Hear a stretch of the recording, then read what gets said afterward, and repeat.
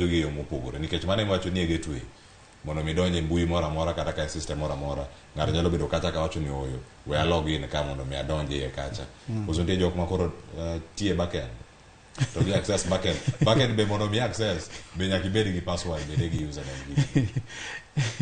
ya ajne jonjore gin jok mariek gi jok mariek ne giriek kabisa omiyo koro kata jok miketo mabende dwano konyo nego ben riek bero mariek mologe but jogi gima gitimo inyalo bedo password but gin kod tools manyalo emulate inyalo copy in the background password gi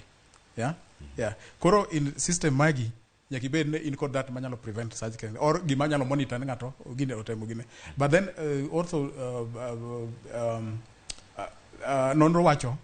ne kinge ngato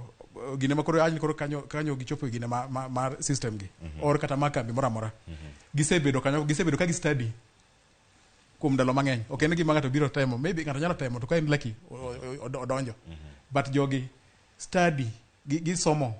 kaka usebedo kutiyo a long time ma by the time ochopo yani sometimes yo kinyal kata ng'eyo ne ochopo ibo bana ni gik moko lor gi zero jo gi se lor yeah and then gino okene ne en resire kata kama madongo kata kama matindo en okata cross ke kai matin nyalo bene en kai matin maybe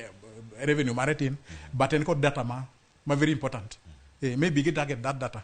yeah maybe get target pesa yeah kaya ginyalo divert pesa yeah gin timo